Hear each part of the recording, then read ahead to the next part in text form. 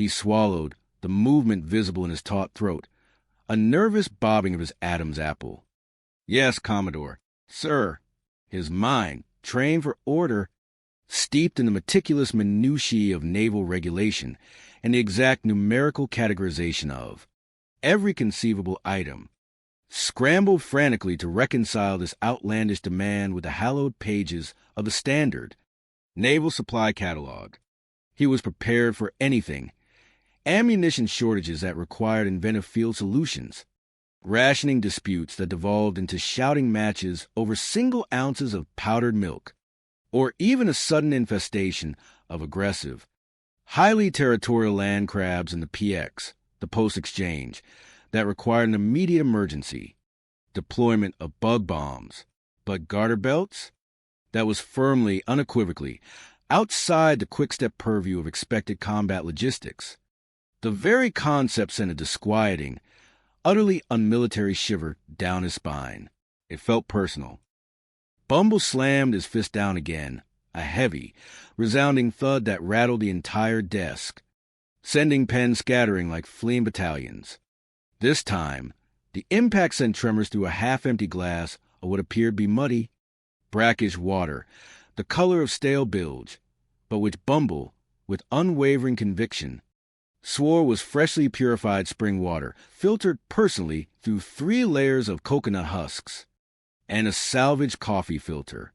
If the nurses, Lieutenant, those valiant angels of mercy, those dedicated purveyors of healing and comfort, toiling tirelessly and with great personal sacrifice in our base infirmary, which, might I add, is presently struggling to cope with an unprecedented influx of jungle rot cases, an alarming shortage of sterile bandages, and a critically low stock of quinine for malaria.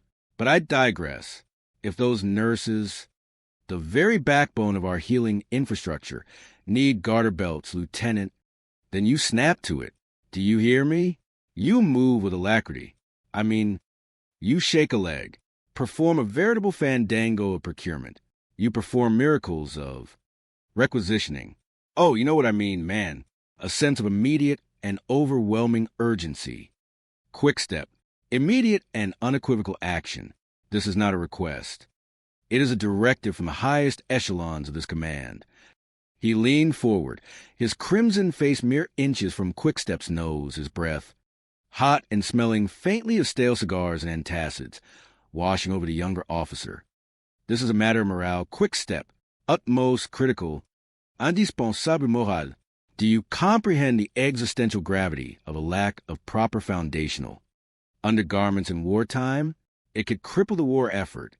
It could undermine the very foundations of Allied strength in the Pacific. Imagine the headlines. Man, imagine the utterly damning, humiliating, and utterly catastrophic headlines that would blast across the globe. Coral Cove Atoll crumbles, under weight of sagging hosiery. The enemy, Lieutenant, the Imperial Japanese Navy, would not only cheer, they would launch a propaganda blitz that would make our ears bleed and our hearts sink, all because our brave nurses' stockings were failing in their primary duty of remaining aloft. It is a strategic imperative. Quickstep stammered, his mind racing through arcane procurement manuals, searching for any loophole, any forgotten addendum, any obscure paragraph that might remotely address this bizarre demand. His forehead beaded with sweat, not from the heat, but from the sheer mental gymnastics required. His brow furrowed with the strain of navigating an uncharted bureaucratic sea. Sir, I'm not sure we have any requisition codes for 4 personal, elasticated hosiery fasteners, feminine issued with decorative lace trim, standard periwinkle blue. Sir, the naval bureaucracy, Commodore, with all due respect, simply hasn't caught up with the more intimate needs of our fighting forces. Sir, it is an oversight of unprecedented proportions. Sir, a lacuna in the administrative framework, a gaping hole in the fabric of military supply. He felt an uncontrollable blush creeping up his neck, engulfing his ears, turning them a vibrant scarlet. The very conversation felt unseemly, utterly unsuited to a man of his military discipline. It was as if he were discussing a deeply personal scandal rather than a logistical challenge. Bumble scoffed, blowing a plume of imaginary, acrid smoke from his unlit cigar. The gesture was pure pantomime, but the effect was undeniable, adding to his air of theatrical indignation. Codes be damned. Man, codes are for clerks. Codes are for pen pushers and petty bureaucrats. I demand results, not excuses. Results quick-step, unadulterated. Tangible results. Just find them. Invent a code if you must. Fabricate a requisition category out of. Thin air.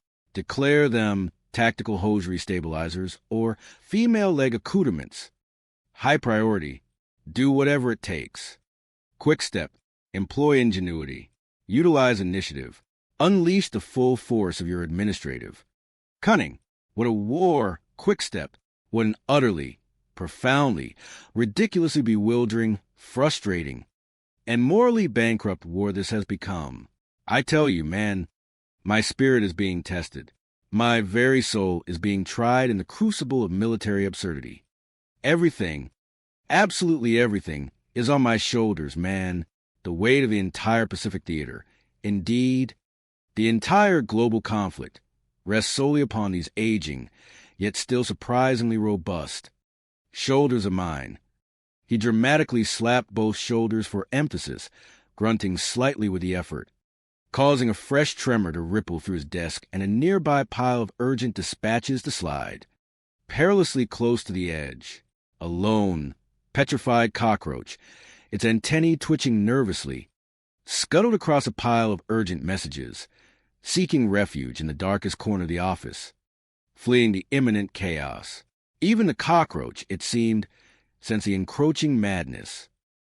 Just as Quickstep was about to offer a formal apology for the perceived burden of existence, for the sheer audacity of being a living organism, while Bumble bore the weight of the world, for the cosmic injustice of having to breathe the same air as his distressed Commodore, Private Chippy Chuckles, Bumble's perpetually breathless junior aide, burst into the office like a startled jackrabbit shot from a cannon.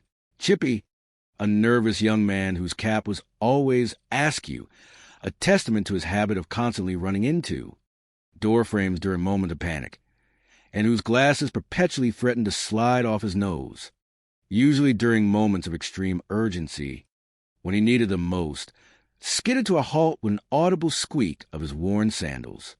His face was a mask of sheer terror, his uniform damp with perspiration. He clutched a crumpled telex form, the paper already damp with his perspiration, as if it were a ticking hand grenade, sweat beading profusely on his forehead. "Commodore, sir, urgent communique, sir," Chippy blurted, barely pausing to inhale, his chest heaving with exertion, his breath coming in ragged gasps. "I just got a message from a pal of mine at Conflict Central. Sir," an intercepted coded burst. "Sir, from a highly classified channel. Sir, highly classified, sir. It's bleeding red, sir." His voice was a breathless, high-pitched squeak, strained to the point of breaking, a sound reminiscent of a rusty hinge. "Admiral, Iron-Jaw Jericho Jawbreaker is arriving today on a sneak inspection.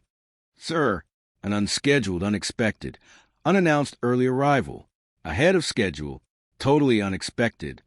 Sir, he's bypassing all usual protocols." He gulped a convulsive swallow, his eyes wide with a mixture of raw fear and a strange, morbid awe. "Oh no, Iron-Jaw Jawbreaker is coming here. Sir, the legend himself, the scourge of sloppy bases, the nemesis of disorganization, the destroyer of careers." The effect on Commodore Bumble was instantaneous and terrifying, a sudden, petrifying freeze that seemed to lock every muscle in his body. His crimson complexion deepened to a vibrant, almost violent, shade of purple, clashing horribly with the rapidly whitening knuckles clutching his now shattered cigar. His eyes, already bulging, seemed to threaten to pop clean out of their sockets, vibrating with a barely contained terror. The unlit cigar snapped cleanly in two between his clenched teeth, the dry tobacco showering onto